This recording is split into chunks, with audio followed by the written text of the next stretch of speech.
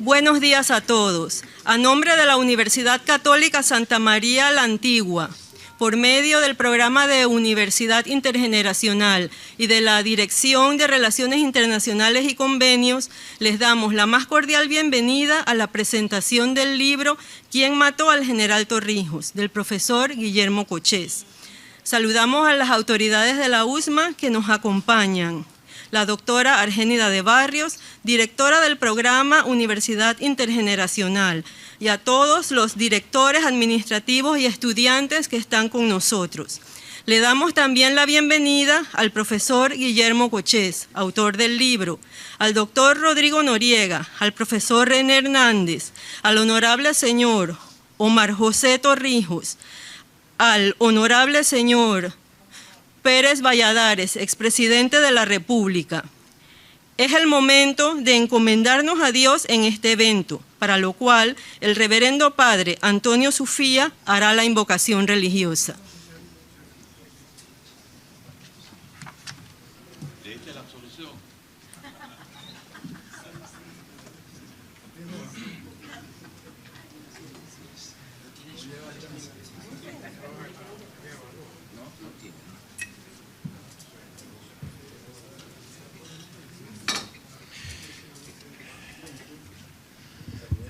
No sé si esto sirve, ¿sí?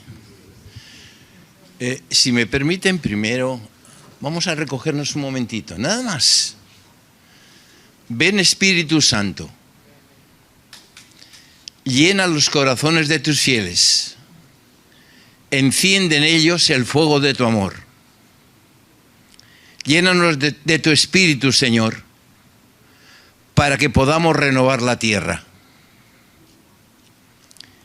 Parto de una vocación, descubriendo una vocación. Y para eso tomo la cita bíblica de Jeremías, capítulo 1, versículo del 4 al 9. Dice así: el Señor se dirigió a mí y me dijo: antes de darte vida, ya te había escogido. Antes de que nacieras, ya te había yo apartado. Te había destinado a ser profeta de las naciones. Yo contesté: ay, Señor, yo soy muy joven y no sé hablar. Pero el Señor me dijo: no digas que eres joven, tú irás a donde yo te mande y dirás lo que yo te ordene. No tengas miedo de nadie, pues yo estaré contigo para protegerte. Yo, el Señor, doy mi palabra. Palabra del Señor. No tengas miedo. No tengas miedo de nadie.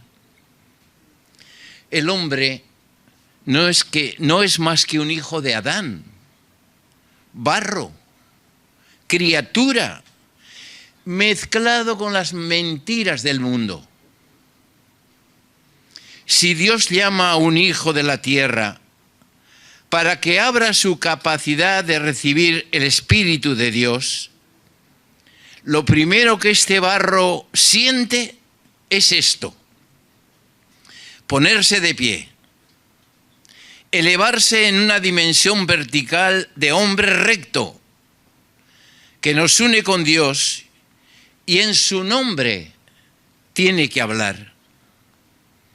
Ese hombre lleno del Espíritu de Dios va a su sociedad en donde vive y habla y realiza la presencia de Dios. Ya no podrán decir que Dios no les ha hablado. Esto dice el Señor. Te escuchen o no, tú eres presencia de Dios en medio de los hombres. Y si, así como pasa a menudo, esa palabra estorba, y muchas veces estorba, Dios te anima y te repite, no tengas miedo. El pueblo dirá entonces, hay un profeta que nos anuncia la presencia de Dios a través de nuestra historia. Gracias, Guillermo, por ser esa palabra profética de Dios. Si la vocación en la vida de todo hombre es lo que da sentido a toda su actividad, tú, formado, educado en un hogar cristiano y bajo los principios de la democracia cristiana, luchaste por la dignidad del hombre, su libertad y la sana justicia social.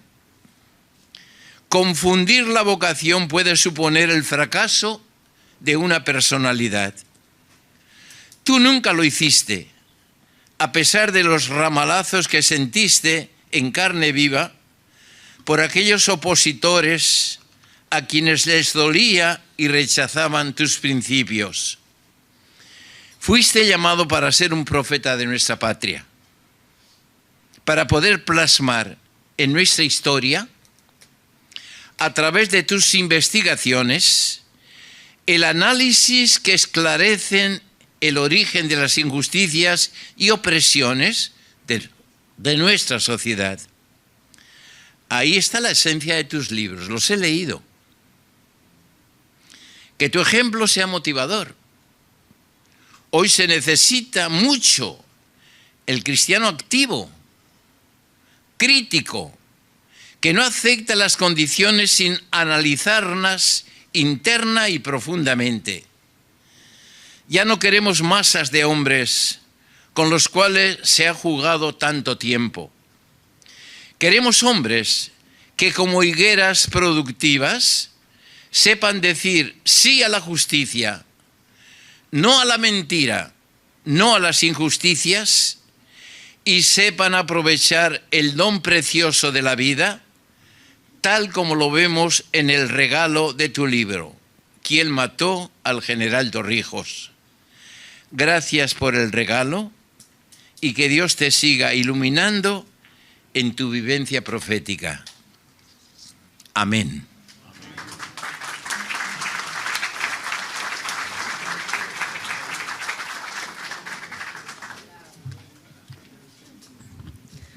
A continuación, vamos a escuchar las palabras de bienvenida de la doctora Argénida de Barrios, a nombre de la Universidad Santa María la Antigua.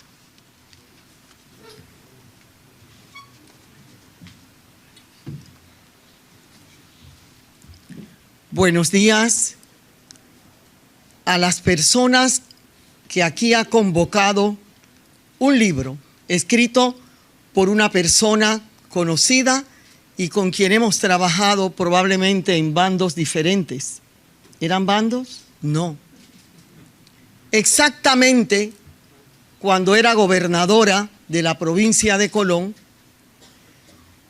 surge una noticia y se convierte en impronta, en ansiedad, porque a Omar Torrijos Herrera lo conocí mucho antes de que pudiera tener mayoría de edad. Conocí a una familia por medio de mi señora madre, la maestra Cecilia María Jiménez Argel, viuda de Di Manuel. Ella se graduó en la Normal de Santiago de Veraguas y hablaba de una niña que declamaba precioso. Y un día yo fui a la casa con una persona y me dice, esa es la niña por la que yo pedía chocolates acá que me llevaban del comisariato. Se los entregábamos y ella declamaba precioso. Esa era la Baby Torrijos. Y nos hablaba de su familia, de educadores también, pobres. Pero todo el mundo allí en esa casa muy inteligente, Arge. Sí. Y un día el padre Benjamín Gallego me dice, tú acabas de venir de Barcelona, acabas de fundar el IPE aquí en Colón, te necesito porque hay un problema en la policía y tú tienes que ir a resolverlo. Y yo, ¿qué sé de eso? Había vivido 8 años en Barcelona. A ver, yo vengo de trabajar en un centro médico de audición y lenguaje, de fundar un IPE, ¿qué voy a hacer allí? No, tú tienes que ver porque estuviste en promoción profesional y obrera. A ver qué aprendiste. Y fuimos a ver cómo cambiábamos y surge el plan de emergencia. A todo esto me sacan una cita con Omar Torrijos Herrera en el Hotel Washington en Colón. Llegamos. Un señor muy respetuoso me dice, ¿qué ideas tienes para desarrollar en Colón que protesta? En Colón donde mi hermana te dijo que no se podía fundar el IPE y tú lo fundaste. Tiene 56 años de fundado, todavía está en el sitio, el local que yo conseguí en ese momento. Escúchenme, ese hombre escuchó ideas, se armó el plan de emergencia a los más pobres, a los que mucha gente llamaba, ahí viene Argénida con su lupanar, sintonizaba con la necesidad del pueblo. ¿Quién mató a Omar Torrijos Herrera? Podrá contestar muchas cosas, pero lo que sí sé es lo que el padre Alvin Ingram dijo en su momento cuando tuvimos la misa en Colón, en la catedral, como responso lírico también, para lamentar la desaparición física de un hombre que era líder de los más necesitados. La Panamá que yo encontré 8 años antes de irme a Barcelona a estudiar logopedia no era la misma Panamá que yo conocía. Había estadios, iba mejorando. ¿Quién tronchó esa vida? Tenemos derecho por disentir de pensamientos de acabar con la vida de alguien. Guillermo Cochés, mi compañero legislador, aquí veo algún otro compañero de esa legislatura, en donde tratábamos de trabajar por las comunidades y poder lograrlo. Él continúa con la idea de plasmar, de conmover, de hacer preguntas. Cuando hacemos preguntas, investigamos y no dejamos que nuestra conciencia se adormezca. Como directora fundadora de la Universidad Intergeneracional, que nos dice y nos llama a una población panameña que en el 2030 duplica su cantidad de adultos mayores, adultos mayores, que somos la mayoría de los que estamos aquí, jóvenes que también están aquí, ustedes van a ser minoría, no dejen que nos durmamos. Hay que seguir investigando, hay que seguir aprendiendo de nuestra historia para poder sembrar conocimiento y no equivocarnos nunca más. No tenemos derecho a quitarle la vida a nadie. Todos debemos promover la vida de un mejor Panamá. Bienvenidos. Gracias, Willy.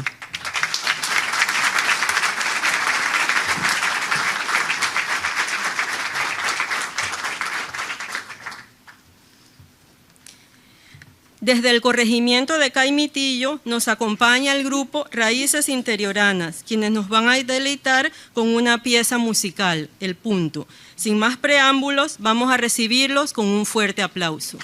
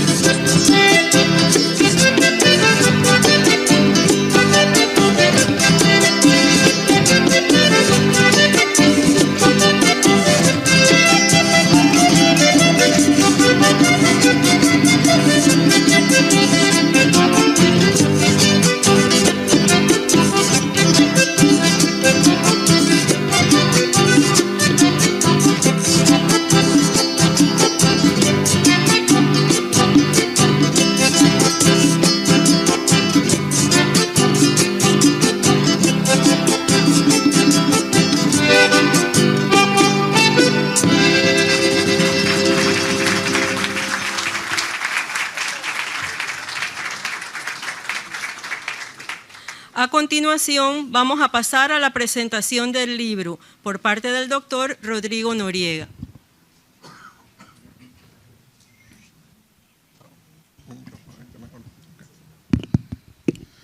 Buen día, gracias a todos y todas, y sobre todo gracias al doctor Guillermo Cochés por esta obra que de verdad le impacta al lector. Yo no me esperaba eso. La obra me conmovió, me tocó, realmente me enseñó mucha historia de Panamá y sobre todo mucho de Omar Torrijos, que yo pensé que conocía. Ahí, para encuadrar un poco lo que Guillermo Cochés descubre en el libro, y aparte, porque es una travesía de aprendizaje, es como un diario de conocimiento, un diario de investigación de Guillermo Cochés. Guillermo Cochés no era torrijista, Guillermo Cochés no era amigo del general Torrijos, Guillermo Cochés fue opositor del general Torrijos. Entonces el libro tiene unos méritos impresionantes por la objetividad, la imparcialidad, la calidad humana del trabajo de Cochés. Recordemos que el 31 de julio, un día igual al día de hoy, en un avión de Havilland, un Twin Otter, un avión de 2 hélices, el HP-205, el capitán Luis Adames, las últimas palabras que quedaron registradas de él era Cotlecito a la vista. Ese era un viaje de Penonomé a Cotlecito, un viaje normalmente de 11 minutos. El capitán lo había hecho múltiples veces. Bueno, el avión se accidentó, decían algunos, y fue parte de una trama histórica, política, cambió la historia de Panamá. Ese accidente o ese atentado cambió la historia de Panamá para siempre. El plan de Omar Torrijos, como se evidencia del trabajo de investigación, excelente y extraordinario trabajo de investigación de Guillermo Cochés, quien tuvo la buena fortuna de encontrar muchas de las personas que fueron conocidos, fueron allegados, fueron amigos de Omar Torrijos, parientes de Omar Torrijos, que en estas páginas de este maravilloso libro conversan, cuentan sus historias, en algunos casos por primera vez.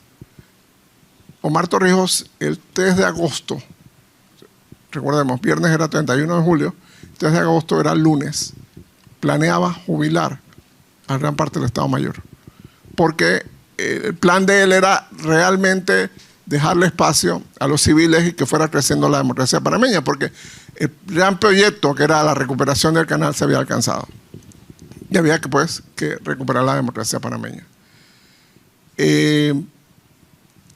El 1 de agosto, el día siguiente a este viaje, fatídico viaje, Omar Torrijos pensaba viajar a Cuba a conversar con Fidel Castro sobre el tema de la revolución sandinista, porque las cosas estaban yendo en un sentido muy distinto.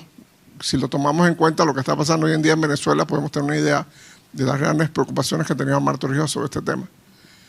Guillermo Cochés, hay un momento de la obra que uno se siente un poquito paranoico y puede sentir la paranoia de Omar Torrijos. No dormía en la misma casa, no le gustaba tener a su familia cerca en ciertos momentos porque sentía que podía ponerlos en peligro. Cambiaba a última hora de muchas decisiones, a dónde iba, además. Inicialmente, cuando se pierde contacto con él, bueno, se pensó que fue a Belén. Belén era la población donde estaban los salvadoreños que Torrijos le había dado refugio en Panamá. Otros pensaron que no, seguramente cambió de opinión y se fue para Santiago. Quién sabe para dónde se fue con el avión.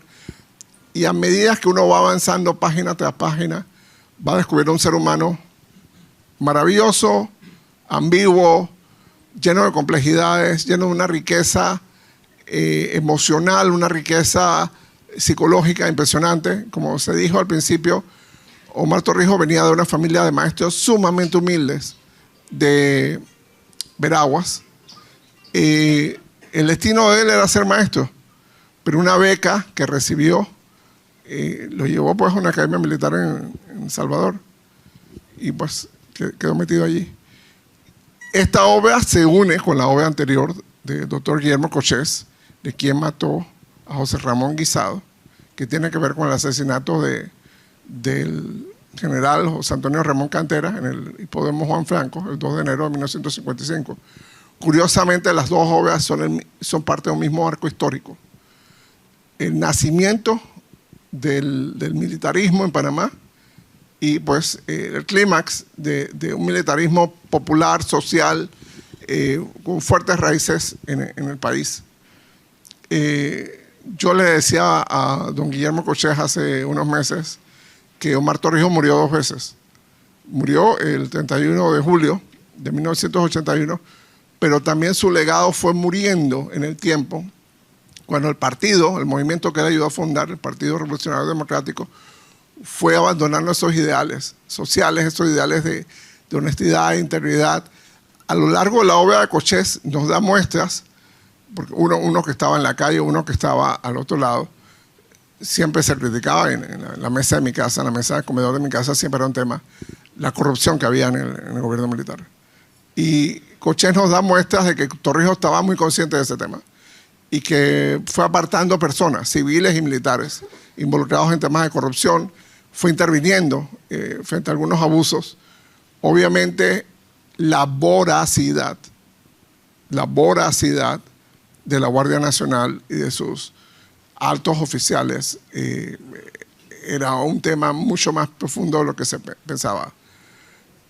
Yo creo que un poquito, haciendo un parangón en el tiempo, un poquito la muerte de Torrijos recuerda la de Julio César.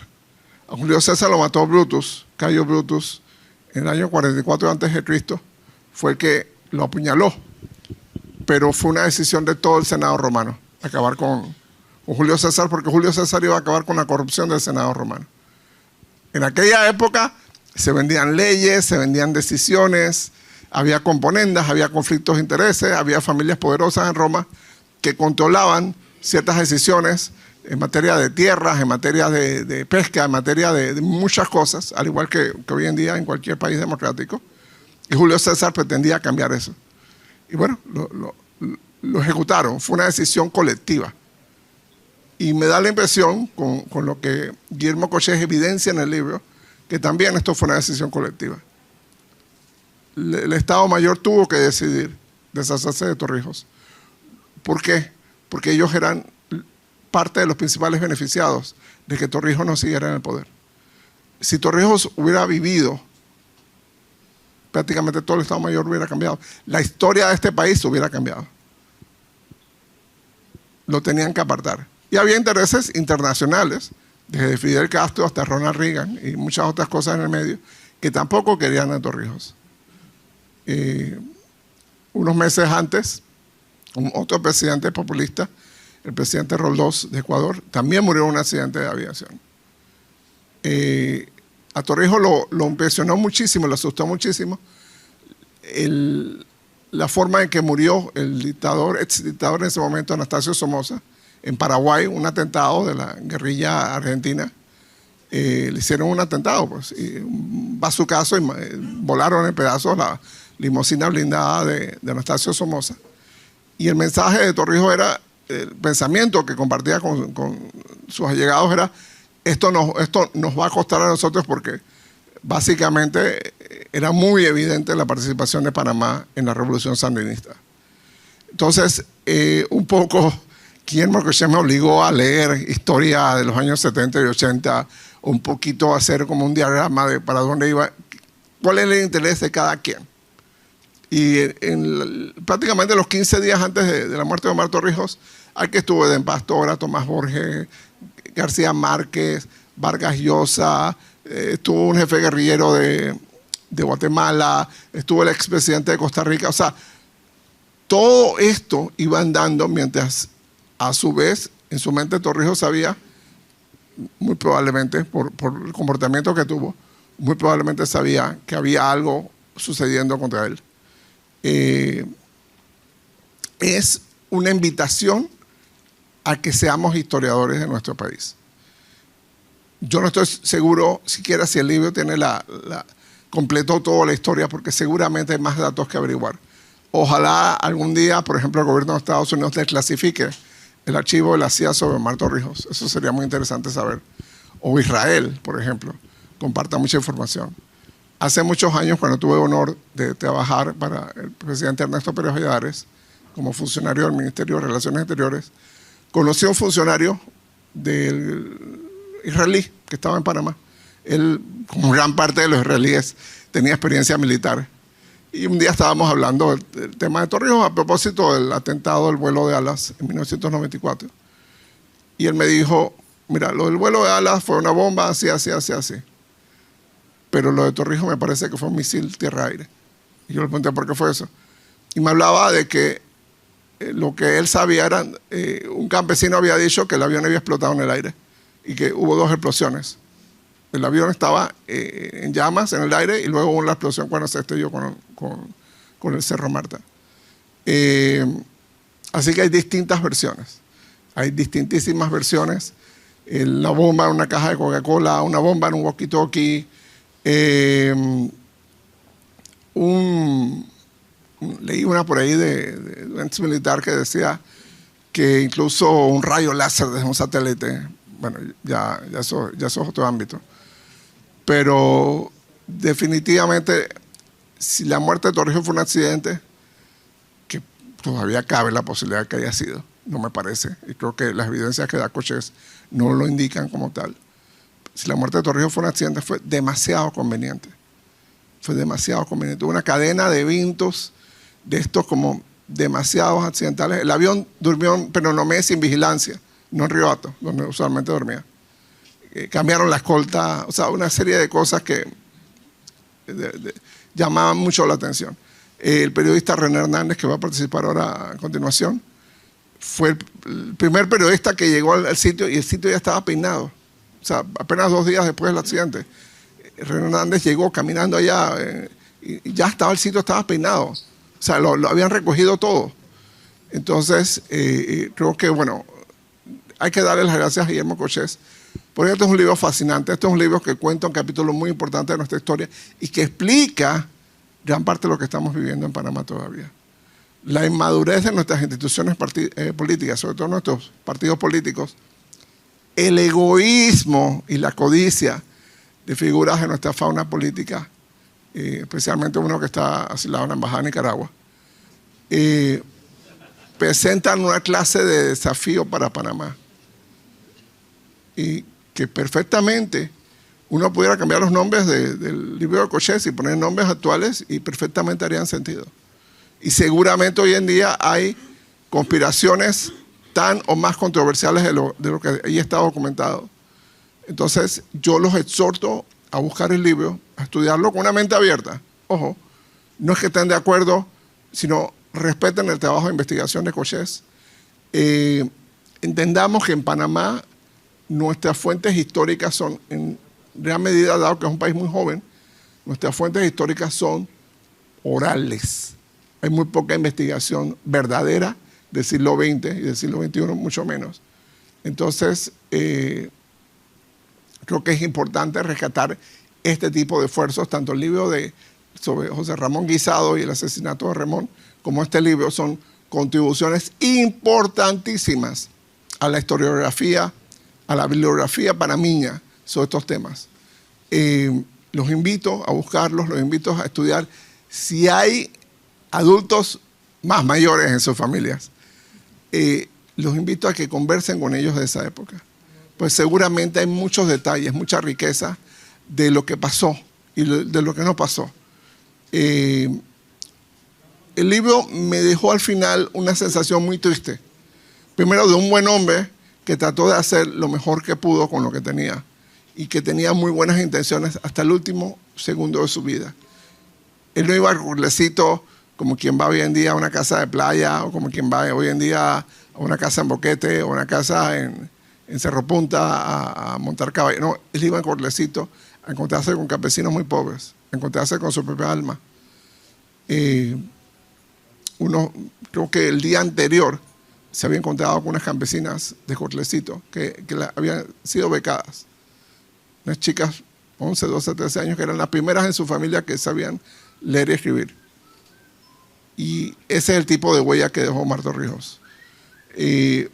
Mucha gente que está presente aquí y mucha gente que está allá afuera, incluso no lo saben, pero posiblemente estudiaron o fueron a un hospital, o fueron a una universidad, o tuvieron una carretera, o tuvieron un aeropuerto, porque Omar Torrijos se preocupó de que así lo tuvieran. Así que los invito a leer este libro. El plato fuerte de esta presentación es el propio doctor Cochés en su entrevista. Así que démosle un fuerte aplauso al doctor Cochés.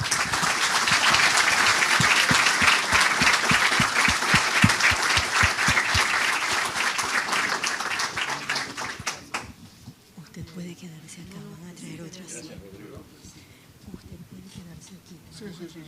Excelente, gracias. A continuación, llamamos al periodista René Hernández para continuar con la siguiente parte de la presentación del libro.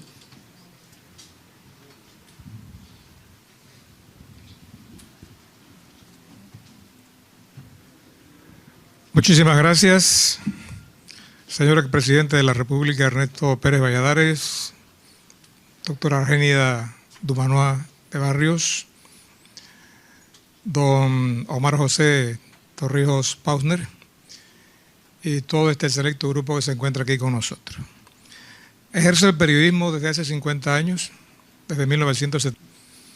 En una ocasión le pregunté, general, si usted tiene para escoger hablar con los campesinos o irse para el Club Unión, ¿usted qué haría? Dice, René, yo me voy para donde están los campesinos, porque en el Club Unión me voy a sentir como una mosca en un vaso de leche. Estando en Soloy, en la práctica como maestro, porque me gradué en la normal de David, porque se sembraron muchas escuelas normales, debido a que Torrijos quería 2 bachilleres que se desarrollaran a profundidad, el de agricultura y el de magisterio. Y estando en 1974 en la práctica, llegó un helicóptero de manera sorpresiva a la reserva indígena de Soloy. Nadie sabía a quién llegaba. Y los indios o los aborígenes del área le llamaban a ese instrumento el trapiche volador. ¿Vieron un trapiche volador? Y del trapiche volador se bajó Omar Torrijos Herrera, con naturalidad, haciendo visitas sorpresivas.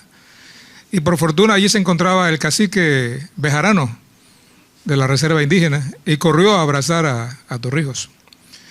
Y Torrijos lo abraza y le dice, oye, Bejarano, ¿cuándo Mujer Guaymí va a dejar de ser animal de carga? El indio se queda mirando de manera profunda y perpleja a Torrijos y le dice, mira, general Torraja, así, Torraja, mujer india dejar de ser animal de carga cuando mujer de ciudad, tu mujer deje de ser animal de salón de belleza. Las anécdotas que se vivieron y que yo las cuento ahora.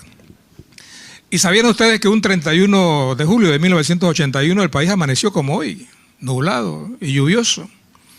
Y sabían también ustedes que hoy tenemos aquí a Omar José Torrijos Pausner vivo, pero él debió estar en ese helicóptero. Eso no es así. Él debió estar en ese helicóptero, pero por situaciones... Perdón, en ese avión, el Twin Otter, sí, correcto, ese avión. Pero bien, vamos entonces, también quiero destacar el libro que presentamos aquí en este lugar, El Panamá que construimos, del doctor Ernesto Pérez Valladares, con quien tuve que compartir aquí en el área, también por invitación de la doctora Dumanoir, Argénida, y hacerle las preguntas, que es lo que voy a hacer en estos momentos. Pero destaco que cuando se dan las elecciones del 7 de mayo de 1989 y la oposición ganó de manera abrumadora, como pasa hoy en Venezuela, a Pérez Valladares lo invitaron a una reunión. Llegó de la mano de Carlos Duque Jaén a esa reunión, y en esa reunión estaba Noriega. Y cuando al doctor Pérez Valladares le preguntan qué hacer, él dice, aquí lo único que hay que hacer es reconocer el triunfo de la oposición y entrar en una transición de negociación. Y Noriega no aceptó esa sugerencia como buena. Le costó un exilio más, claro que sí. Eso es importante que se destaque. Pero bien, mi amigo Guillermo Cochés, en primera instancia, alejándome un poquito de su libro, quiero que usted le diga a este auditorio selecto, ¿por qué salió del cuerpo diplomático durante el gobierno de Martinelli y si eso guarda relación con el tema de Venezuela? Por supuesto. ¿Aló? Sí, ya está. Por supuesto que guarda relación, porque el 16 de enero de 2013 yo me atreví a decir lo que iba a pasar en Venezuela. Había hasta consultado con la Cancillería y me habían dicho echa para adelante, pero bueno, después quisieron cambiar la decisión, quizás porque la embajada americana no quería mayores problemas, pero definitivamente que mi salida de la OEA ese 16 de enero de 2013 fue porque me atreví a decir lo que iba a pasar en Venezuela y lo que estaba pasando, porque Nicolás Maduro asume la presidencia en ese momento sin tener ningún derecho a hacerlo, porque ya Chávez estaba muerto y allá no hay vicepresidente electo, o sea, él era vicepresidente ejecutivo, escogido, y al morir Chávez, al que le tocaba era al presidente de la Asamblea, no al encargado. Así que eso originó mi salida de la OEA en ese momento. Pero si se hubiese advertido oportunamente lo que pasaba en Venezuela, quizás no tuviéramos lo que pasó el domingo. Así mismo es.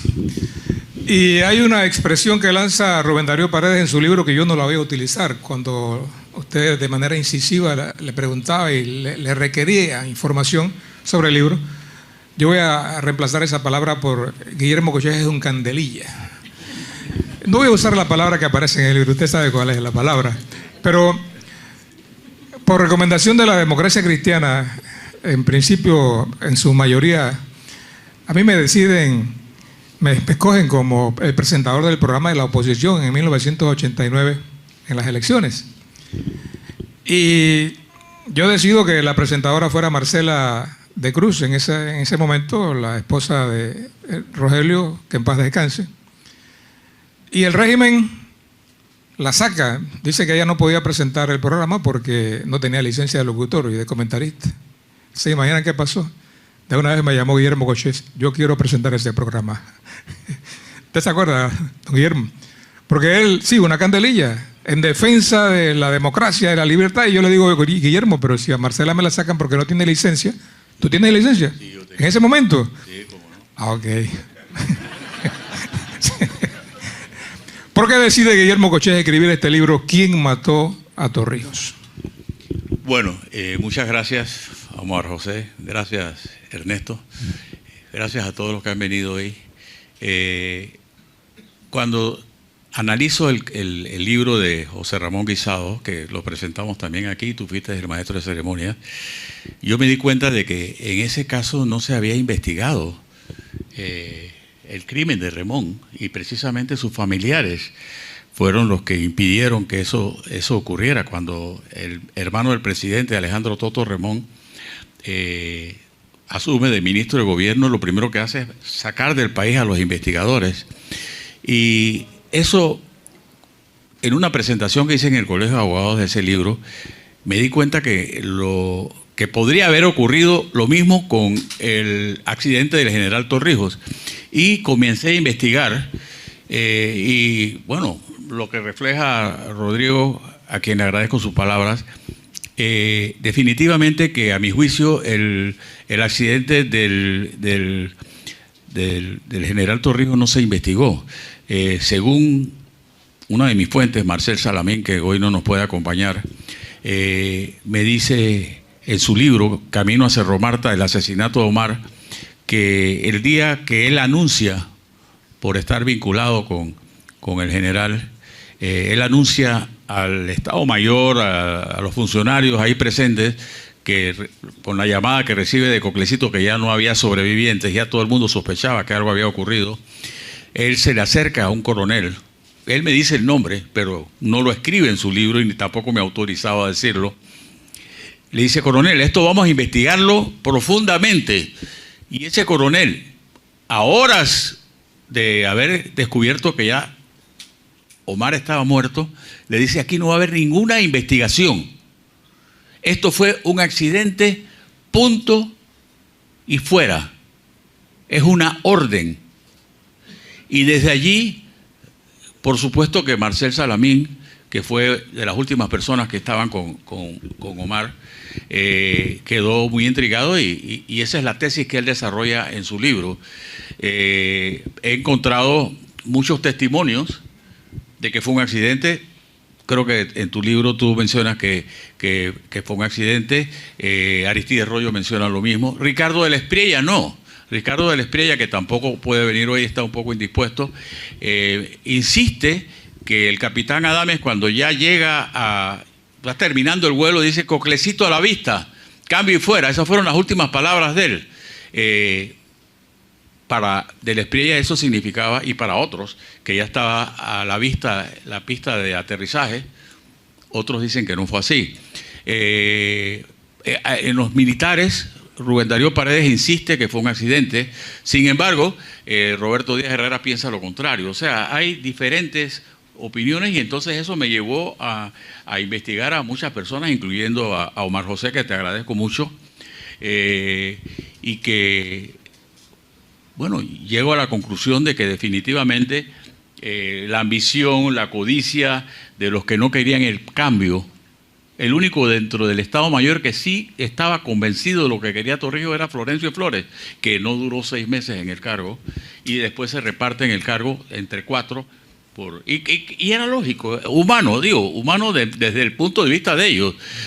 Vallarino estuvo 17 años en la comandancia, Torrijos 13, ¿y por qué yo, que me toca ahora, simplemente me voy a retirar? Y puede haber algo de eso. Yo concuerdo un poco con Rodrigo Noriega en ese sentido. Don Guillermo Cochés, hay versiones encontradas sobre lo que quería hacer Torrijos en última instancia, esos últimos días, en cuanto a viajar. Por un lado, usted menciona en el libro que iba a viajar con don Ernesto Pérez Valladares, pero Salamín dice que iba a viajar con él. Sí, hay 2 versiones, ¿no? En el libro del doctor Pérez Valladares se menciona que él iba a viajar con él. Omar quizás me comentó que estaba pensando a ver dónde se retiraba, y era posible. Pero Marcel Salamín insiste que él no fue a Coclecito, a Farallón esa tarde, porque estaba trabajando en un proyecto donde él estaba, creo que del cobre, y se iba a encontrar con Omar al día siguiente. Iban a ir a ver a Fidel Castro el sábado 1 de agosto. Esas son 2 versiones diferentes que hay. Yo no sabré cuál será la correcta, porque ya Omar está muerto. Sin embargo, hay otra versión muy común de muchos de los que he entrevistado, que Omar Torrijos era una persona osada. Me cuenta Adolfo Ahumada, que a quien también entrevisté, que en una ocasión tenía una reunión con unos creo que en las bananeras. En las bananeras, en Puerto Armuelles.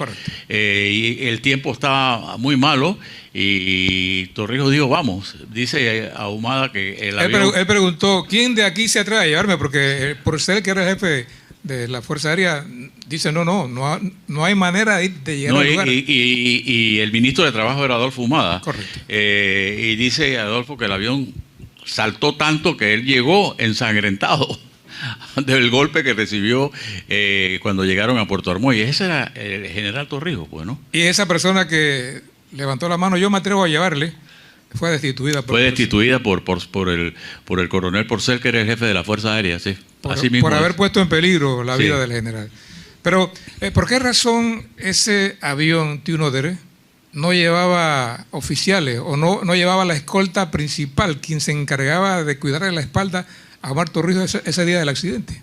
Roberto Díaz Herrera tiene varias explicaciones a lo que ocurre ese día. Primero, él dice que Torrijos invitó al teniente, al mayor, que en ese tiempo Elías Castillo Figueroa, que era el jefe de Coclé, le dice que acompáñame, y él sacó una excusa, que dijo que tenía que ir al dentista. Sin embargo, algunas otras personas me dicen que cuando el general decía algo, había que cumplirlo. Otra dice que el sargento Ricardo Masachek no estaba en la escolta, pero que se rumoró que tenía un problema con su hermana y el general Noriega, y Noriega a última hora lo puso y bajó a Rosemena. ¿Cómo se llamaba Rosemena, Milton? Que trabajaba en Farallón. Bueno, Milton también ayudó mucho en el libro, y que también no había ningún oficial en el vuelo, nada más habían tres miembros de la policía, la doctora, el capitán o sea, una serie de, según Díaz Herrera, pues, ¿no? Claro. En el libro usted habla de muchos atributos para con Torrijos. Y yo le pregunto, ¿cuál fue el mayor pecado del general durante su mandato? Yo creo que tuvo muchas cosas buenas, aquí las ha destacado. Yo no fui torrijista, no lo vi varias veces, pero nunca hablé con él. Sin embargo, creo que en su gobierno, en su régimen, quizás para no crear problemas con la gente que lo rodeaba, no se investigaban los hechos de corrupción que se dieron en el gobierno. Se generó un manto de impunidad. Había 3 maneras de castigar a los que cometían algo. Uno, el ministro Guerra, de Obras Públicas. Tomás Guerra, que de repente vivía una vida ostentosa y le dicen a Omar lo que estaba pasando y él va y le pregunta en un consejo de gabinete, ¿de dónde usted saca tanto dinero? Bueno, es que mi esposa se ganó la lotería en México. Bueno, pues mejor siga comprando billetes, pero más nunca venga más acá.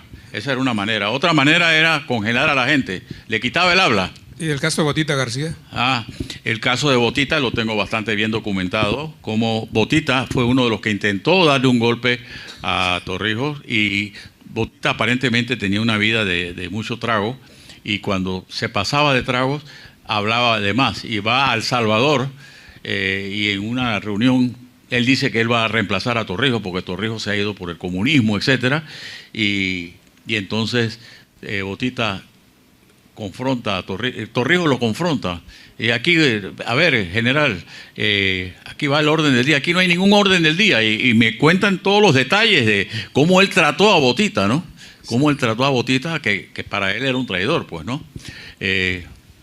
O sea que hubo casos de corrupción, pero el castigo mayor era no te quiero ver más. No te quiero ver más, o te cambio de puesto, o te congelo, no te hablo. ¿Y el militar que dirigía el Instituto Nacional de Telecomunicaciones? ¿Qué pasó ahí? Sí, bueno, Luis Segura. A él lo sacan por una compra de una propiedad para el Intel, pero jamás se le sacó de la guardia. Ese era el castigo. Se le sacó. Se le deshonró y se fue. ¿Qué tropiezos mayores tuvo usted en esta investigación? Creo que sentí una necesidad de todos los que participaron en el libro de que se conozca lo que ocurrió.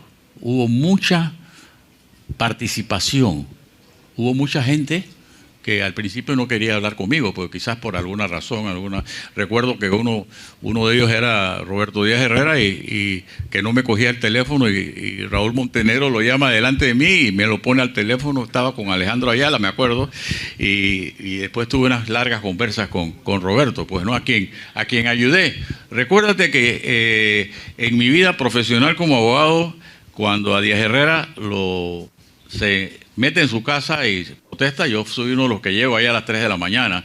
Después a Rubén Darío Paredes, cuando del Valle, Paredes acusa a Del Valle de no tener los testículos para destituir a Noriega y lo denuncia Del Valle por calumnia e injuria. Los abogados de Paredes fuimos yo y fue Rogelio Cruz y mi persona.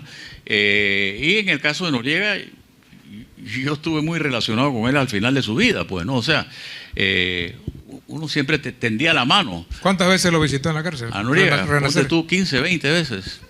Sí. En el caso de Rubén Darío Paredes, ¿era la ambición de él de ser presidente de la República o en realidad estuvo interesado en democratizar la nación con las reformas constitucionales de 1983? Sí, mira, aquí está uno de los que participó en las reformas constitucionales, que es José Antonio Sosa. Él fue el que insistió al final en el sistema de los circuitos electorales a través del comisionado Humberto Ricord. O sea, eso no era lo que los demás querían. Los demás querían diputados nacionales, diputados provinciales, pero él sí insistió en el sistema de los circuitos electorales porque él pretendía, en esa forma, pretendían controlar mejor a los que fueran electos. Sin embargo, yo creo que Rubén Darío Paredes, que ya había probado las mieles del poder siendo ministro de Desarrollo Agropecuario y al mismo tiempo miembro del Estado Mayor, donde le daban de todo, por eso fue un ministro muy exitoso, porque ¿quién le va a negar a un miembro del Estado Mayor ministro lo que pida? y él queda con... Y por eso él hace el arreglo con Noriega el arreglo de traspaso de mando era Paredes, después que sacan a Flores, Paredes, Armando Abel Contreras, Manuel Antonio Noriega y Roberto Díaz Herrera. En un año cada uno. Cuando le toca a Armando Abel Contreras, yo le pregunto a Paredes, ¿y por qué lo sacan? Bueno, es que él se puso a hablar mal de mí. Lo sacaron simplemente porque él se combina con Noriega para sacar a Contreras, que era compañero de Paredes. Y se habían graduado en la misma academia. En la misma academia, habían trabajado juntos en Colón y eran muy amigos. Sin embargo, Paredes, esa es la excusa que da. Cuénteme ese momento en que Rubén Darío Paredes le va a anunciar la baja a Contreras. ¿Cómo fue la reacción de Contreras? Bueno, Contreras, que tengo entendido que era un militar muy prusiano, o sea, muy militar, de disgusto, y simplemente le dio la espalda y se fue. Cuando le anuncian la baja, él se va. Pero hay un incidente que, no sé si José Hilario Trujillo está aquí, que me dijo que iba a venir. Él me cuenta algo que Paredes dice que no lo recuerda. El 15 de enero de 1983, fiesta de Esquipulas, Noriega se va para Esquipulas, en Antón, a una pelea de gallos, y Paredes está en el hospital Paitilla con una tromboflebitis, y él pide que el coronel Cecilio Fischer, que era el G1, vaya o el G3, creo que era el G1. La parte administrativa. La parte administrativa, que vaya y le lea el orden del día. El orden del día. Y ahí dicen, el orden del día se traslada al jefe del Estado Mayor, Manuel Antonio Noriega, a Washington para que presida la delegación de Panamá ante la Junta Interamericana de Defensa. Cuando alguien, un médico que estaba en el cuarto de Paredes, oye esto, se lo dice a un capitán Bernal con quien no conversé, pero Bernal de una vez se lo dice a Trujillo, y Trujillo corre a Antón y se lo dice al general Torrijos, al entonces coronel Noriega, que estaba acompañado de Carlos Wigrin, y le dice lo que está pasando, y él corre para Panamá y se enfrenta a Paredes. Paredes dice que él no recuerda ese incidente, que eso no lo recuerda. Entonces yo no sé a quién creerle, pero bueno, yo pongo lo que me dijo uno y lo que me dijo el otro. Eso es importante. Ahora, sería por ese incidente en que Manuel Antonio Noriega, el 12 de agosto de 1983, le dijo a Rubén Darío Paredes: buen salto, mi general. Es que yo creo, mi conclusión, y me imagino que es la de Rodrigo también, que cuando Paredes le cede el mando al general, recuerdan que al último momento del general Paredes habían dos generales, Noriega y Paredes, cosa que nunca había pasado en Panamá. Noriega le dice: sí, como no, yo te voy a apoyar. Y después le dice: buen salto, Rubén. Sí, sí, claro. Yo recuerdo ese día, que fue 12 de agosto. En Amador. De 1983, yo iba mucho al Valle, era un viernes. Yo iba, el general Paredes, yo me había reunido con él, siendo secretario general del partido, cuando él era comandante, autorizado por el partido, y él me insistía, porque él quería que la democracia cristiana lo apoyara, y yo lo rehuía. Yo le dije: cuando tú salgas de la comandancia, yo hablo contigo. Venía escuchando en el carro, camino al Valle, el discurso de Noriega, y de repente oigo, cuando voy llegando al Valle, el ruido del helicóptero, o sea que Paredes no se queda al acto de Noriega. Él se va antes, y lo llamo y le digo: ahora sí podemos hablar, Rubén. Allá en el Valle de Antón. Allá en el Valle de Antón hablamos como 15 horas, Iván Romero y yo, sin autorización. Después me dieron mi buen repelón por haberlo hecho sin autorización, por eso me llevé al difunto Iván Romero. Pero bueno, sin autorización de Ricardo de la Calderón. Sin autorización del comité político. Nosotros éramos un cuerpo colegiado. Okay. ¿Y qué ocurre? La conclusión, que para eso valió la reunión, fue: Paredes no cuenta con el apoyo de la Guardia Nacional. Sí, todavía no era Fuerzas de Defensa. Sí, sí. Él terminó siendo el candidato de Olimpo Sáenz en el partido, el PNP, y no obtuvo no más de 18.000 votos. Sí. Pero en esas elecciones, donde el candidato del PRD era Ernesto Pérez Valladares en 1984, ya le habían dicho a Noriega que cómo vas a escoger a Paredes si Paredes tiene una personalidad que te va a superar. Por supuesto. Eso pasó igual con Pérez Valladares, que le dijeron lo mismo. No, por favor, ¿cómo vas a escoger a Pérez Valladares si Pérez Valladares tiene un carácter de haber nacido en la capital, pero de haber vivido en Chiriquí, ganado bravo? Además, Pérez Valladares dice que él nació para mandar.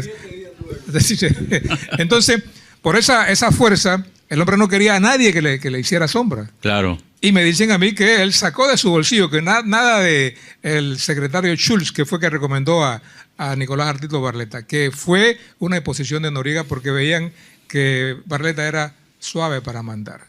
Entonces la pregunta que yo le hago a usted, después que terminé de leer su libro, yo llego a la conclusión que el autor del atentado contra Omar Torrijos fue Noriega. ¿Usted opina lo mismo?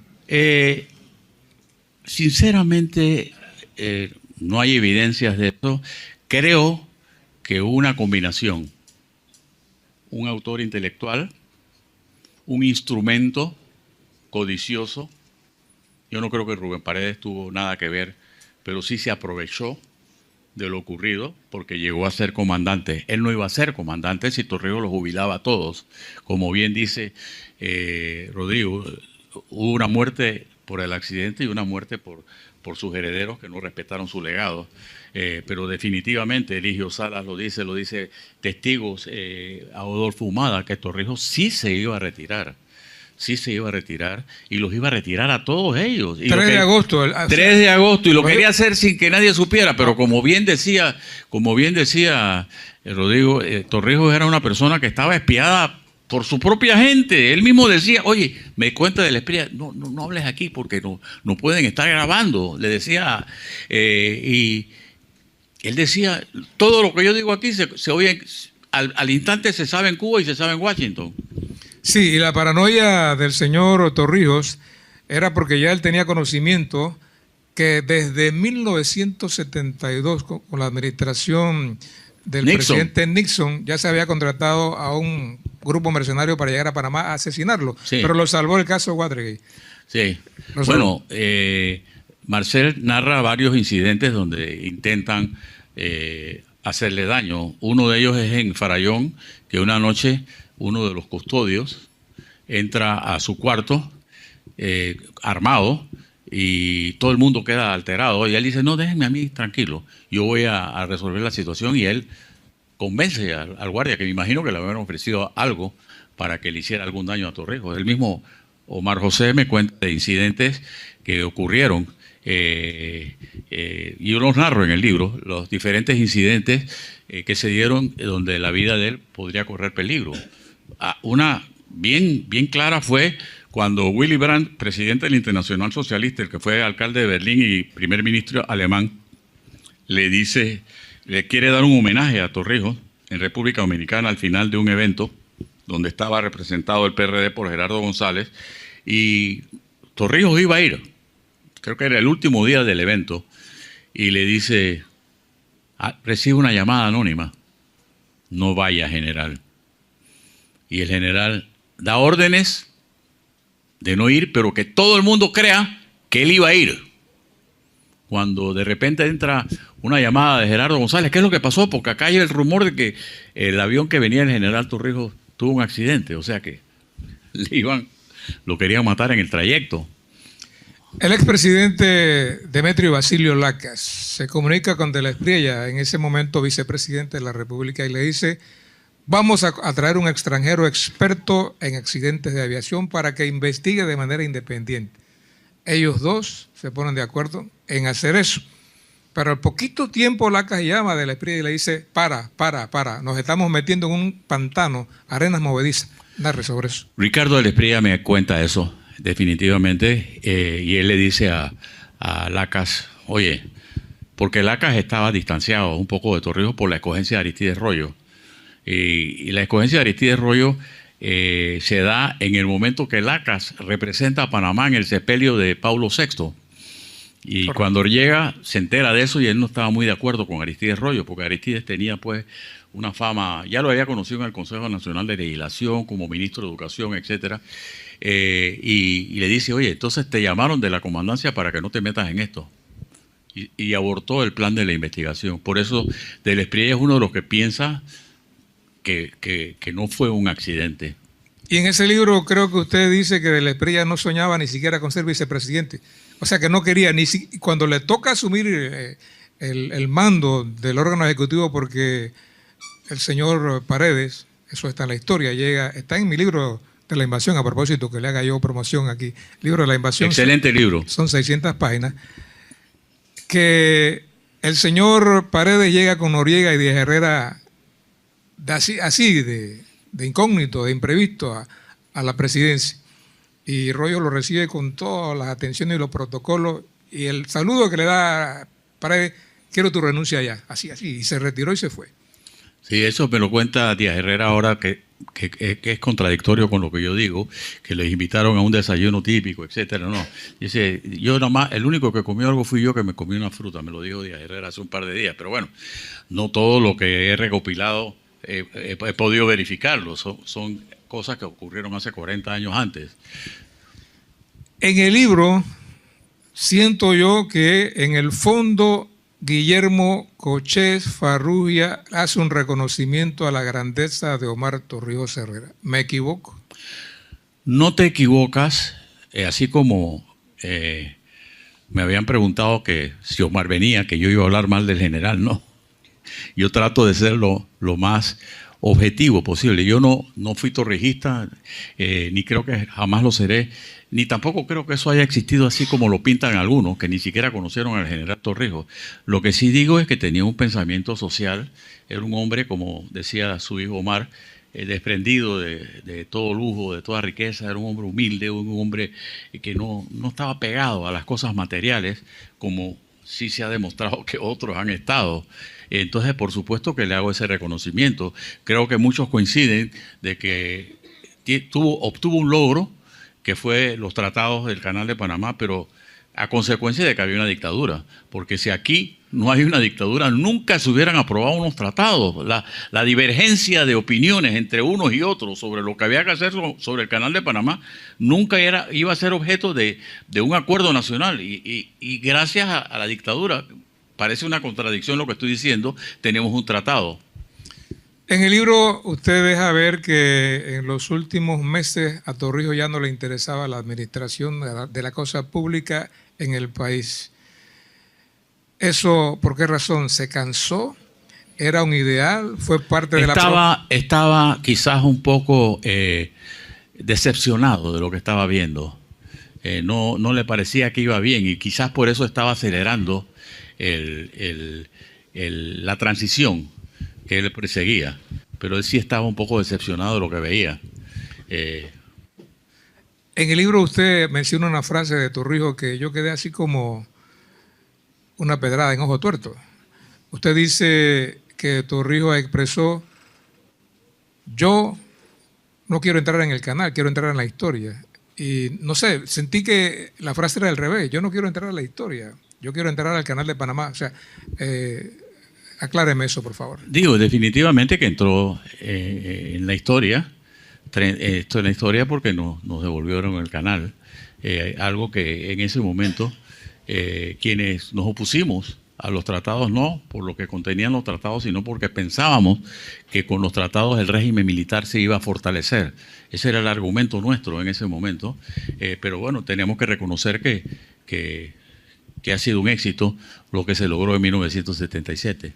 En realidad la intención de Torrijos era replegarse, que los civiles retomaran el poder, ¿o fue una imposición producto de la negociación de los tratados? Yo creo que eso fue no una imposición, sino un acuerdo con el presidente Carter, donde participaron otros presidentes como Carlos Andrés Pérez, que fue vital en todo este proceso negociador y estaba muy pendiente de lo que pasara en Panamá. A Aristides Royo lo tratan de sacar antes de tiempo, porque o sea, Aristides sobrevive un año de la muerte de Torrijos, pero ya los militares lo querían sacar y Carlos Andrés Pérez interviene, que eso iba a implicar el destruir el proceso que Torrijos había trazado, pero eso no les importa, y por eso planean la sacada de Aristides Royo de una manera planificada para evitar los problemas. Quizás por eso cierran la prensa.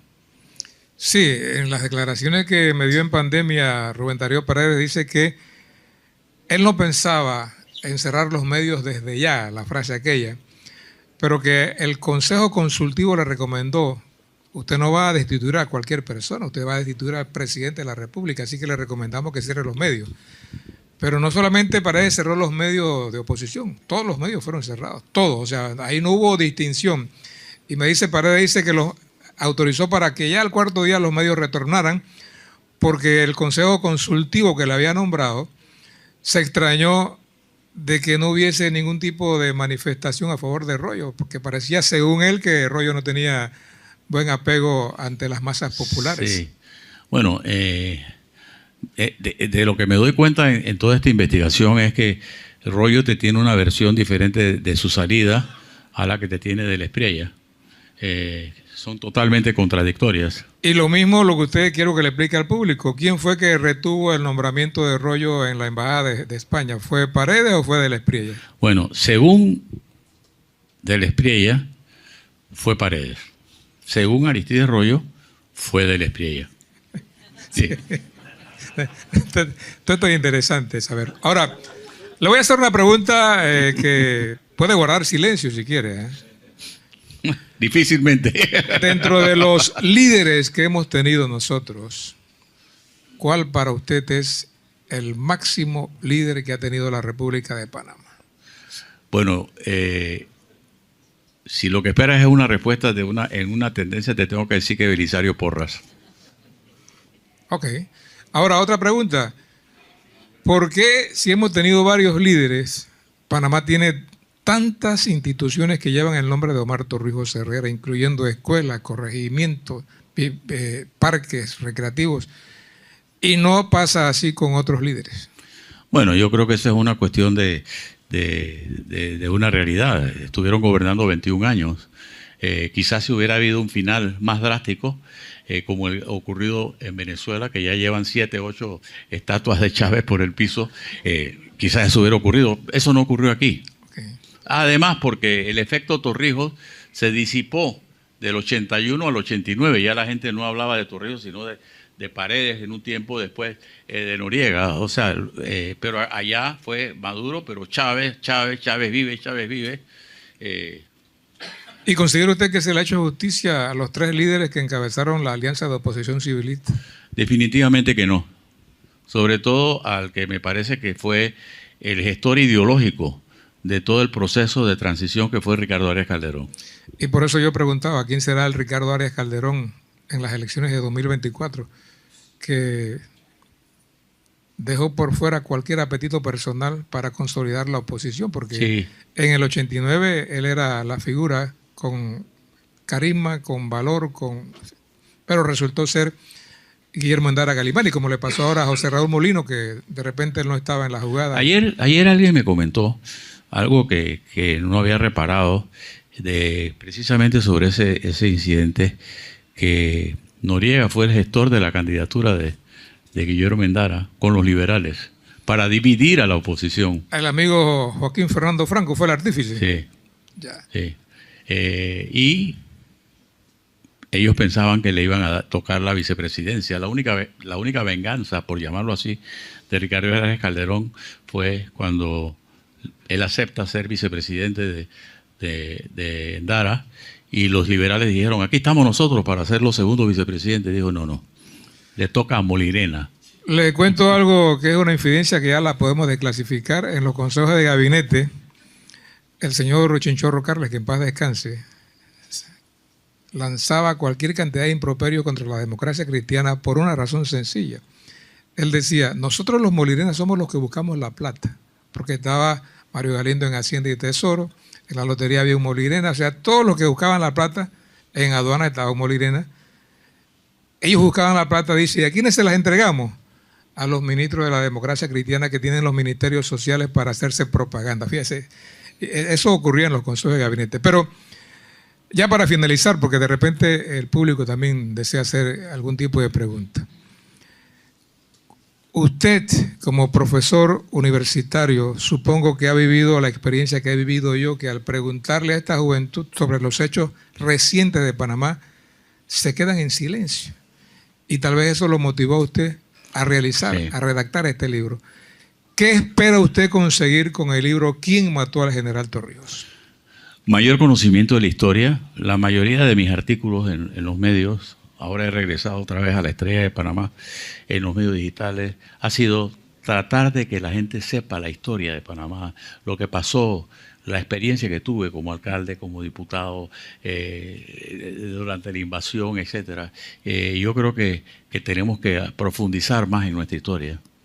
Y hablando usted que regresó a la Estrella de Panamá, no sé si será porque se fue Eloy Alfaro de ahí, o no sé si será porque el señor Berroa va a renunciar el 15 de septiembre, se va el 15 de septiembre Gerardo Berroa de la Estrella no sabía. de Panamá. Sí, pero usted regresó a la Estrella de Panamá. Bien, muchísimas gracias por darme la oportunidad y vamos al siguiente.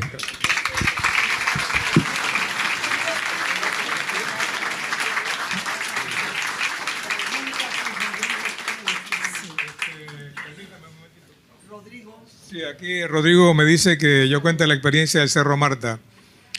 Miren, yo he tenido la suerte, por fortuna o infortunio, de estar cerca de acontecimientos importantes. En el mes de mayo 29 del año 2008, cuando se cayó el helicóptero en Caledonia, ahí estaba yo. Sentíamos las ráfagas de el combustible que arrojó el impacto del helicóptero. Yo recuerdo que tenía una mariconera con una grabadora y una cámara. Me acerqué a la cabina y todavía el capitán, creo que apellido Delgado, se le veía con vida. Y él alcanzó a decirle a Hernando Carrasco, que era su copiloto, que cómo estaban los demás. Él murió en el trayecto a la Clínica Hospital Nacional. Pero ahí no hice lo que dijo, lo que aconsejaba a Darío Restrepo, el gran periodista colombiano, que el periodista está para entrevistar y para comunicar. Yo dejé mi profesión para auxiliar a la gente que pude, arriesgando la vida en ese momento. Pero con lo del Cerro Marta, nosotros en RPC Televisión hicimos de una vez los esfuerzos para ir al accidente, al lugar del accidente. Los aparatos de seguridad lo impidieron. Y ahí empezó a desarrollar mi mente la idea de que algo estaba pasando. El maquillaje, como yo planteo en el artículo que escribí. Y cuando al final tuvimos la autorización para llegar al Cerro Marta, que fueron varios días después, autorizados por el señor Miranda Olmedo, capitán Chichica, como se le conoce, ya muerto, era el procurador general de la Nación. Llegamos al sitio, el camarógrafo era Samuel Valdelamar, pero cada movimiento de nosotros en el Cerro Marta era vigilado por la gente de seguridad. De repente a lo lejos vi como una especie de movimiento de un venado. Y alcancé que no se trataba de un venado, era un campesino. Y yo le dije a Samuel, mira, tú quédate aquí filmando, pero con el otro ojo verifícate para dónde voy. Después que yo estoy en el sitio, vete para allá. Tratando de que la seguridad no siguiera nuestros pasos. Y llegamos donde el campesino. El campesino ya sabía, porque se había radiado, se había publicado ya en los medios lo que había ocurrido. Él no quería en principio hablar, pero le dije que habían recursos tecnológicos para que su cara no apareciera y que su voz fuera transformada con la tecnología del momento. Y él hace la declaración, que él sintió, que él vio una bola en el aire, una bola de fuego, y el ruido de la explosión, y después otra explosión cuando el avión cae. Y esa teoría o ese reportaje o esa entrevista que hicimos y todo lo demás, el trabajo que se realizó, por fortuna no se censuró en RPC. Y RPC también en una ocasión me trató de censurar una entrevista que le hice a Rafael Rodríguez, la última procurador de la Nación, cuando él mostraba los cheques millonarios que recibía el PRD en comisiones, como si fuera una compañía de seguro social que vendía seguros en comisiones, en casas que todavía no se habían construido del proyecto de la Caja de Seguro Social. Pero gracias a Dios no se censuró el trabajo y pudimos publicar la entrevista. Y de allí yo he escrito en varias ocasiones que yo no sé si el campesino se equivocó, si lo que vio fue un rayo, porque la situación climática no era la más favorable, había tormentas eléctricas, pero él lo narra de esa manera. Así que gracias, Rodrigo, por permitirme contar eso. Pasamos ahora a preguntas del público. Les pedimos, por favor, que levanten la mano y llevamos el micrófono hasta donde ustedes.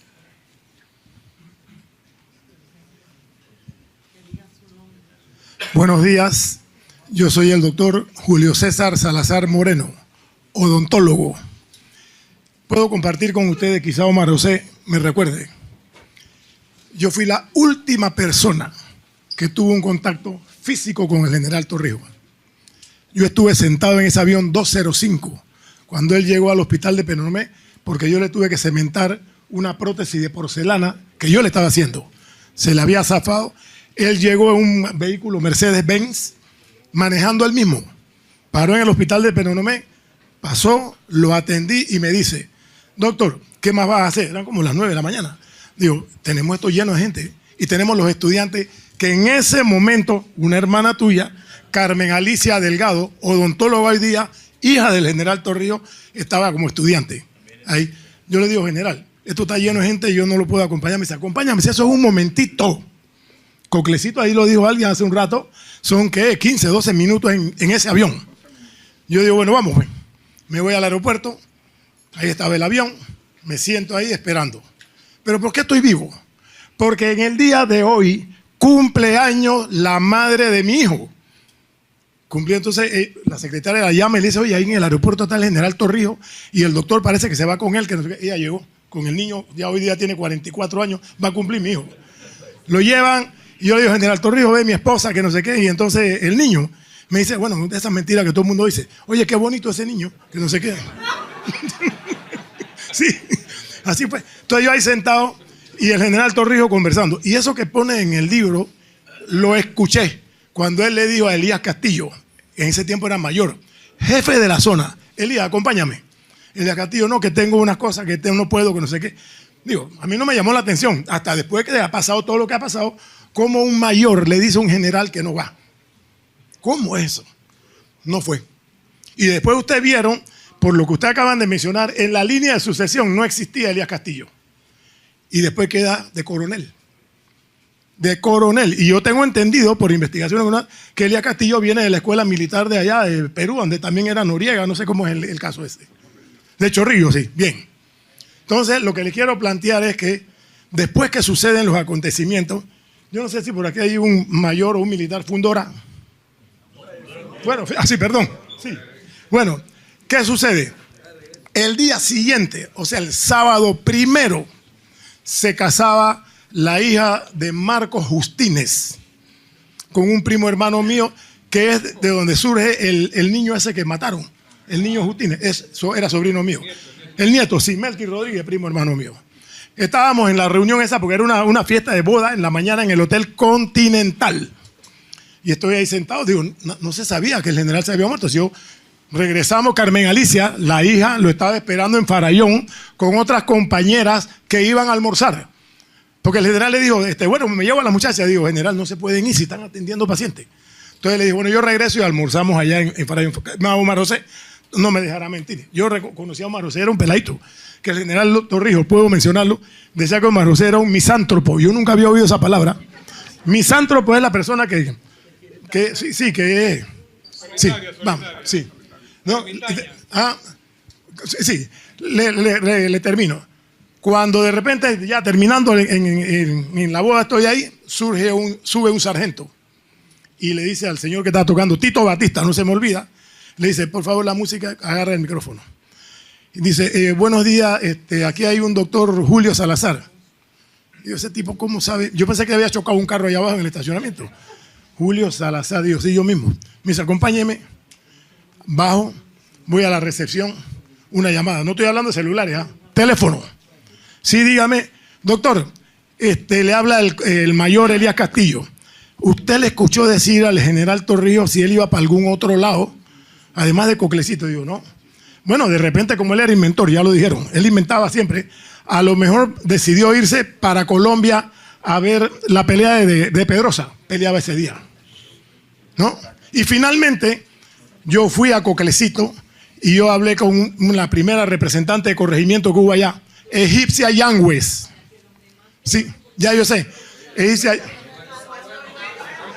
Es que hay unos datos que faltan ahí. Egipcia Yangües, el nombre no sé si suena. Yo llegué y pregunté, Egipcia, ¿qué fue lo que pasó con el general del avión? Me dice, estábamos en la pista porque sabíamos que nos iban a traer una bebida por aniversario, porque estaban celebrando el aniversario. De repente estamos ahí y el avión hace... Ella no me dijo que escuchó explosiones ni nada, sino que el avión subió de nuevo. Y por ahí escuché a los que saben de eso que dice cancelo plan de vuelo. No sé qué es cuando ya el avión va a aterrizar. Pero lo curioso es que no aterrizó. Y ya, bueno, la historia que ustedes han escuchado. Gracias.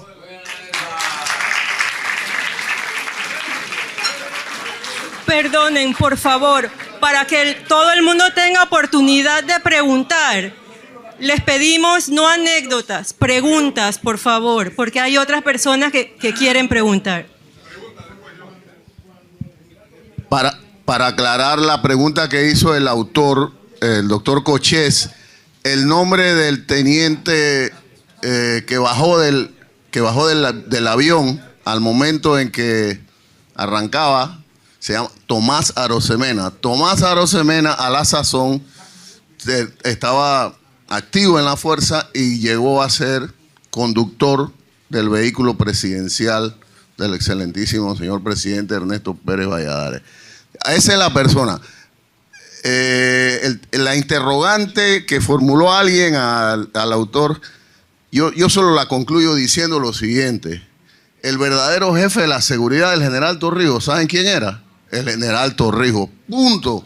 Él era el que disponía, él era el que autorizaba, y nadie le podía cambiar ese plan de vuelo. Así que cuando él decía es por ahí, por ahí. Así que el hecho de que él ese día, Arosemena iba para Coclecito es porque el general despegó de Arribato muy temprano en carro y llegó a Penonomé, a lo que el doctor ha señalado. Entonces Machacé, que viajaba en vehículo desde la base que teníamos aquí en el edificio Ketty, Machacé llegó a Arribato. Cuando llega a Arribato, pregunta por el viejo. Entonces el que está de turno en la casa le dice, salió para Penonomé. Entonces Machacé prendió el Fury, era un carro que teníamos, y salió para Penonomé. Esa es la historia, no hay nada encubierto en esto. El tema es que el general andaba detrás del riesgo, del peligro, y no lo encontramos.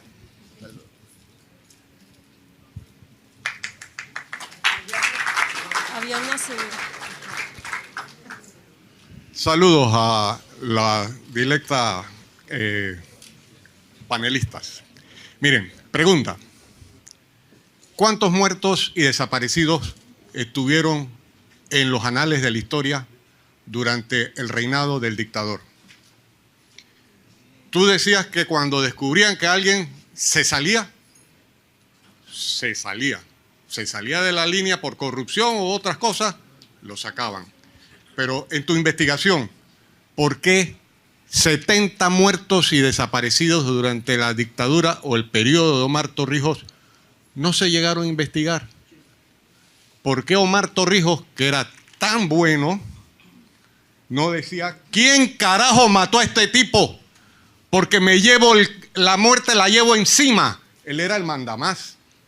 Entonces, yo no eximo a Omar Torrijos de nada. Puede haber hecho un marido le pega 7 veces, 7 días a la semana a la mujer. El día que le pega 5 hay que felicitarlo. No. O sea, la vida es el don más preciado que tiene el ser humano. 70 muertos y desaparecidos. Y todavía siguen en el aire. Willy, ¿averiguaste algo de esos muertos que la Comisión de la Verdad 70 descubrió? La señora había pedido para que la pregunta. Van a dar las respuestas al final. Por favor, solo preguntas para que las personas tengan oportunidad. En otro momento se harán anécdotas. Licenciado Cochet, en estas investigaciones hay 3 preguntas que le quisiera hacer. Ok, vamos a hacer una. Licenciado Cochet, en esa época se descubrió el tema de las minas en el área de Coclecito. Hoy Roberto Díaz Herrera dice al final del artículo que manos poderosas acabaron o plantea esa interrogante. Yo le pregunto, lo que se descubrió y todos los incidentes que se dieron el año pasado con el tema de las minas, ¿tiene algo que ver con la muerte del general Torrijos para hoy en día manos poderosas están detrás de las minas? Pregunto yo. Voy a contestarte esta y voy a contestarle a Jorge. Jorge, este es un libro que va directamente al golpe de Estado, al accidente y lo que pasa después. Lo de las muertes, hay otras personas como Britt Marie Jackson que las han tocado. Yo no estoy exonerando a nadie aquí, ni estoy haciendo un juicio, ni este es un libro de la vida de Omar Torrijos. No. Esto no es una biografía del general Torrijos, ni quiero entrar en ese juzgamiento. Con lo que tú me dices, en mi libro hay un comentario sobre eso, pero no relacionado con las minas, sino con el canal a nivel que trae a Panamá a Nagano, un prominente empresario japonés, él estaba en conversaciones con los japoneses, inclusive para días antes de su muerte, él envía a Manuel Orestes Nieto, le pide que vaya a Japón, porque los japoneses, hay que conocer a los japoneses, porque van a venir a invertir en Panamá. Y eso quizás no le gustaba a los norteamericanos. Esa puede ser otra de las razones. O sea, hay muchas cosas, pero repito, este no es un libro con lo del canal a nivel. Este es un libro que no es la historia de Omar Torrijos, sino esos momentos precisos que he señalado. El golpe de Estado, el accidente y lo que pasó después, como lo del laboratorio de drogas del Darién, que lo describo profundamente, como por ejemplo el lavado de dinero tan grande que se dio en los bancos, que se lavaba el dinero de la droga y que ocasiona que nosotros en la Asamblea tuviésemos que aprobar la ley que reguló el lavado de dinero y que se hacía a través del general Noriega en el G2. Pasamos por motivos de tiempo. Esta va a ser la última pregunta. Guillermo, ha quedado una duda sobre la presidencia de Aristides Royo Sánchez. Aristides Royo Sánchez fue mi jefe y sigue siendo mi amigo. En septiembre del 78 nos encontramos por casualidad, como a las 8 de la noche, en la entrada del Hotel Continental, el doctor Omar Rodríguez, odontólogo, el doctor Aristides Royo y yo, los 3 amigos mutuos, y yo le pregunté a Aristides Royo por qué Omar Torrijos lo designa como candidato a presidente. La respuesta de Aristides Royo fue: Lisímaco, porque el único que le reportaba diariamente y con pelos y detalles sobre las transacciones, sobre los tratados, era yo. ¿Por qué razón? Porque Rómulo se dedicaba a decirle que al viejito Bunker lo tenía enredado, pero yo le daba los detalles con detalles. Además, bueno, Guillermo, ¿por qué los demócratas cristianos no aceptan la equivocación? Omar Torrijos creó un mecanismo de movilidad social y encima de eso, los tratados. Ustedes no aceptan la equivocación. Mario Galindo aceptó que se equivocó en la figura de Omar Torrijos. Bueno, como es la última pregunta, yo te voy a contestar. Hace un par de días escribí sobre de dónde sale eso de la movilidad social. En el plan de gobierno de la democracia cristiana en 1968 se planteó crear más movilidad social y es el antecedente de los representantes de corregimiento que a mi juicio ha sido totalmente tergiversado. Durante los tratados, yo lo acabo de decir, los tratados han sido positivos. ¿Qué más quieres que diga?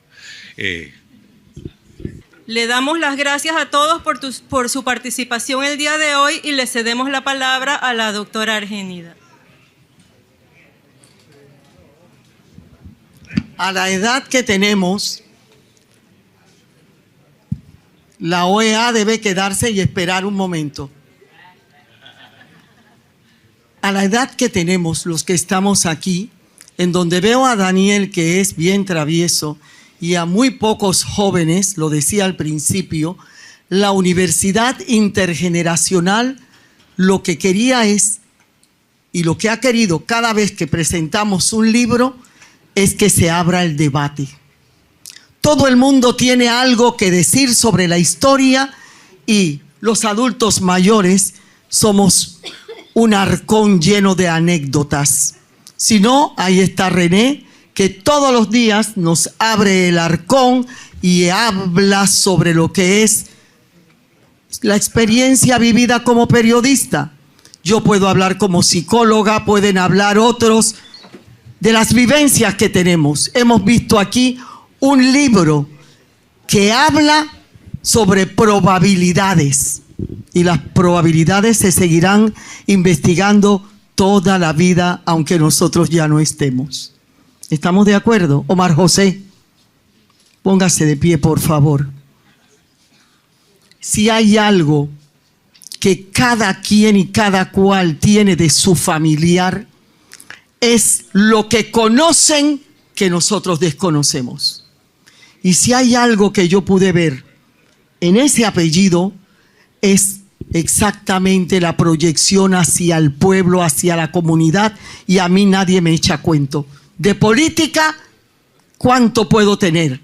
Y sin embargo, él buscó la forma en que yo quedara designada como la primera mujer gobernadora de la provincia de Colón, para después renunciar, porque cuando Omar desaparece del ámbito de la historia de este país, desaparece también parte de la justicia social que se nos debe a los hijos del cerrajero y de la maestra como yo. Entonces, sienta que lo que yo quiero inferir como psicóloga de este libro es que Willy Cochés Guillermo, ese abogado que le gusta investigar en los interiores de la mente, del cuerpo y del alma de los demás, él quiere insertar en cada uno de nosotros una investigación. No quién es culpable. ¿Me está escuchando? Se me sienta. Oh, el hombre le entró la jurguilla. Se va. La candelilla, Willy, tú pegas la candelilla. Entonces, por favor, que aquí surja la inquietud y que recordemos que hay un pueblo donde nació un hombre, Simón Bolívar, que dijo que la mejor política es actuar bien. Gracias por haber compartido con nosotros. Omar.